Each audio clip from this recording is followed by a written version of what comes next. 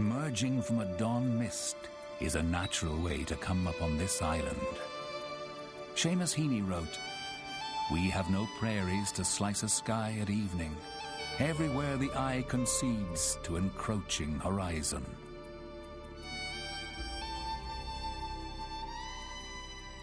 Here, history stands up in the monuments of saints and scholars, who, from Celtic times, made it a hub of learning. In Ireland's mix of people and influences, the written word is still the magic coin, an international currency. The pens of W.B. Yeats, George Bernard Shaw, James Joyce, and others strike universal music from the tempo and temper of their people. This land has left its mark on Ireland's people, and they in turn have made their mark on the world's esteem.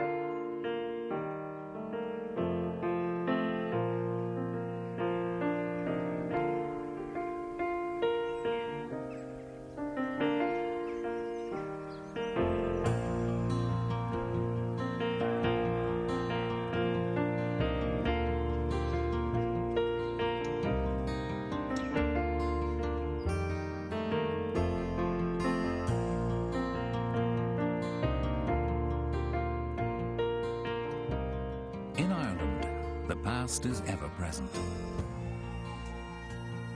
Monasteries punctuate the priorities and patterns of living of a nearly 2,000-year-old Christianity.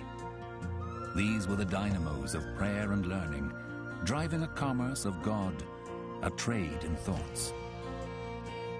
The works of man have only lightly marked the land. The fields are a startling fresh green, unlined by many fences or hemmed in regular portions. Nor do the Irish have neat and tidy thoughts, not too much going by the book, nor bounded within straight and ruly lines. Almost grudgingly, they've consented to live and work in towns, themselves not greatly regular.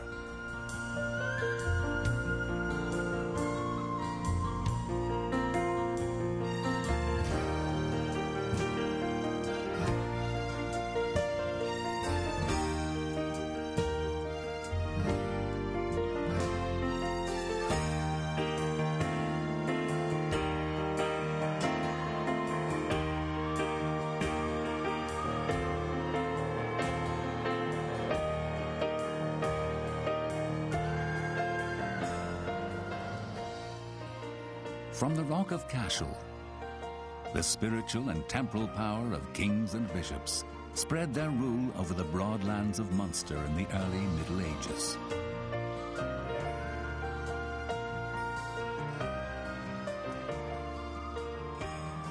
Other times, other priorities. The Dukes of Devonshire once lived in Lismore Castle in the Blackwater Valley. They and their early English neighbours, Sir Walter Raleigh and poet Edmund Spenser, attempted to impose their own order on the land, a fleeting gesture.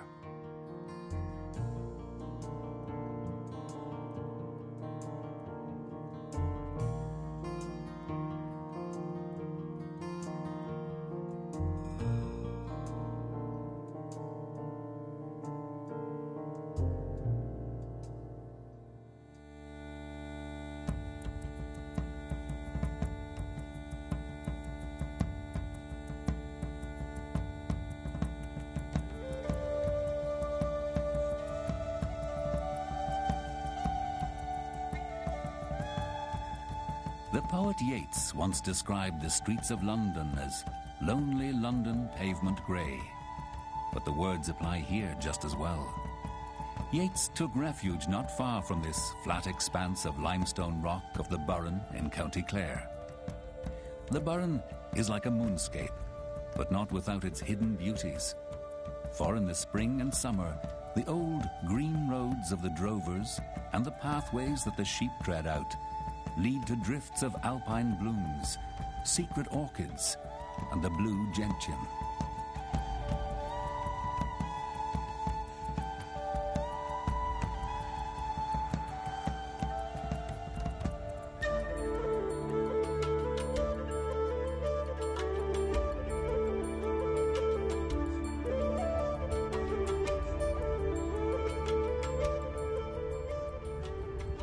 The cliffs of Moher, thrust up from prehistoric seas, produce fossiled stone for the hearths of homes and stately halls.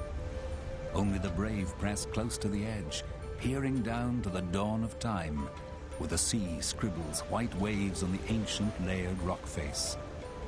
The wild sounds of seabirds counterpoint the piping music of Willie Clancy's music school nearby.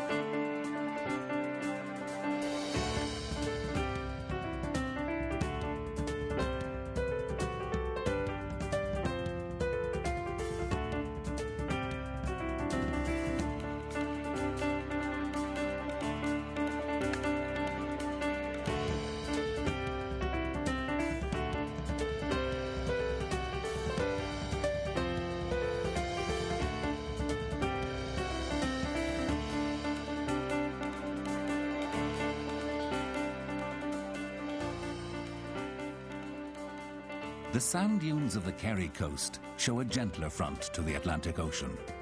Famous golf links border the strand and pose the ultimate test of any Irishman.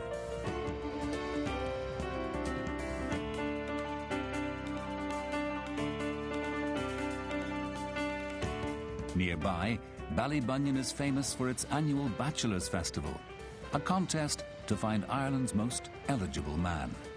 The event is not taken too seriously. But just a few miles down the coast, the annual Rose of Tralee contest for women is a more prestigious occasion.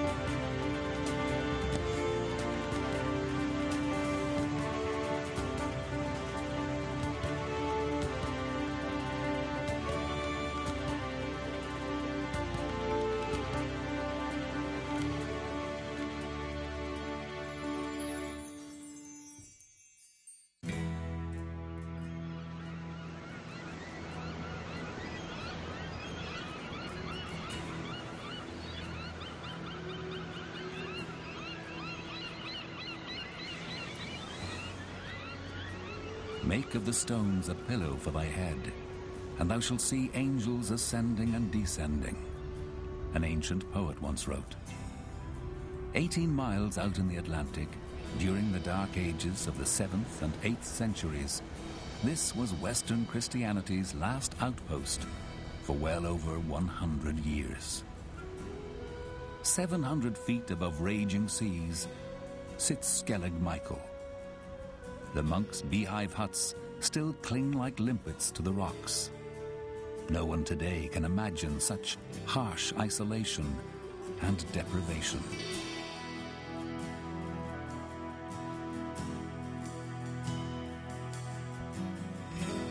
Homeric themes of love, death, suffering live in beautiful, simple prose etched from the Irish language in masterpieces of literature. Ontalormach, the Island Man, Fyrha Bliana Fós, 20 years a-growing. They were written by people who lived off the end of the Dingle Peninsula. These are treacherous waters, the grave alike of ships of the Spanish Armada whose names ring down the centuries like a litany, and of those people in this century who lost their lives following the shoaling of mackerel for a living. As they said themselves, their like will not be seen again. Their descendants, who live along the eastern seaboard of America, often celebrate the old days in the next parish across the seas, for Dingle is the next town to America.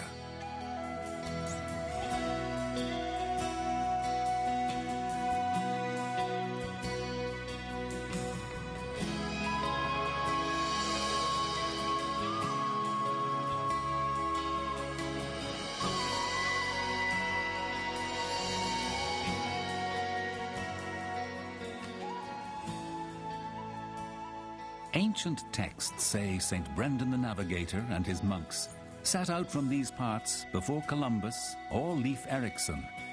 Just as Patrick and other missionaries brought the faith to Ireland, Ireland's people in turn have shared their values with the Old and the New World ever since.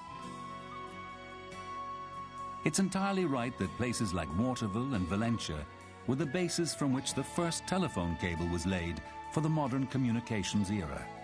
The towns today are popular destinations along Ireland's famous Ring of Kerry.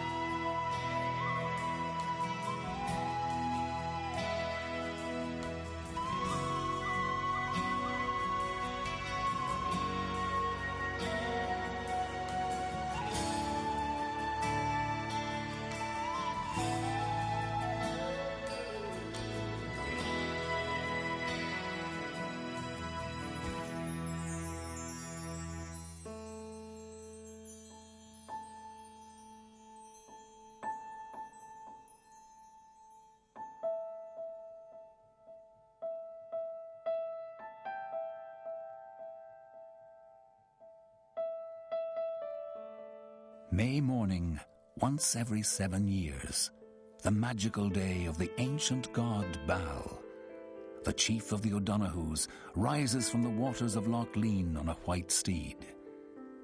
Such stories about particular families are still told in their particular areas of origin.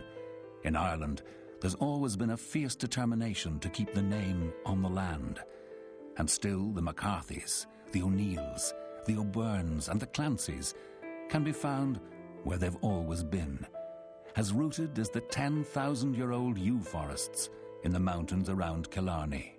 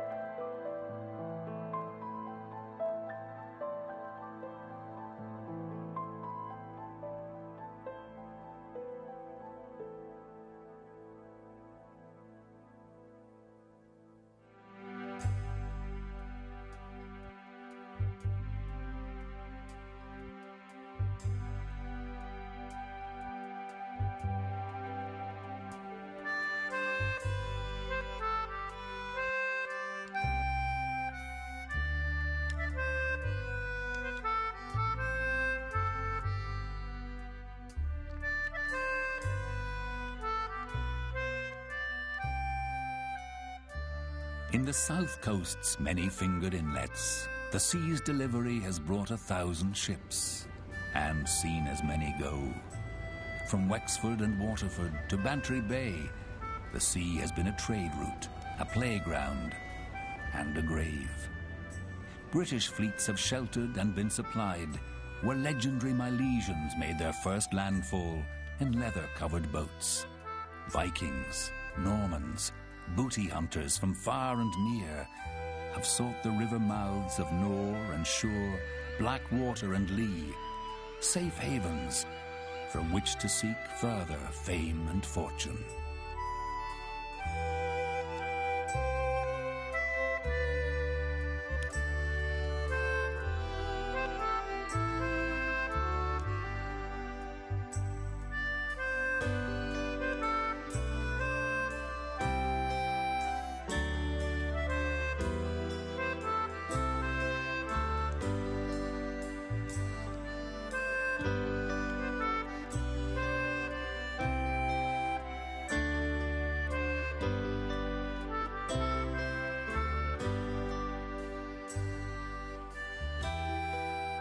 Like soldiers in every age, the garrison of the great star-shaped 17th century Charles Fort gave fanciful names of birds of prey to their cannon, names like Falcon and Striker.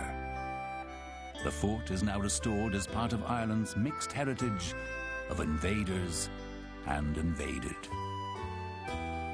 One of them, a McCarthy chief, is supposed to have used his silver-tongued eloquence to persuade the First Elizabeth to let him keep his stronghold at Blarney Castle.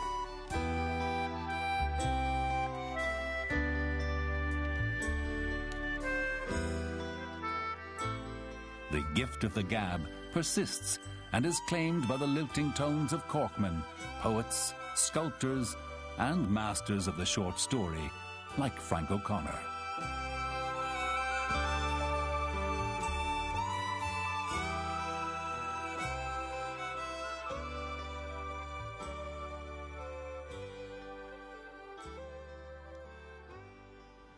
After enduring centuries of invasion, tens of thousands of Irish families were forced to give up their homeland in the mid-1800s. Famine and destitution drove them onto the trackless sea. It became a road where those who'd gone before were a small, far-off light beckoning to them.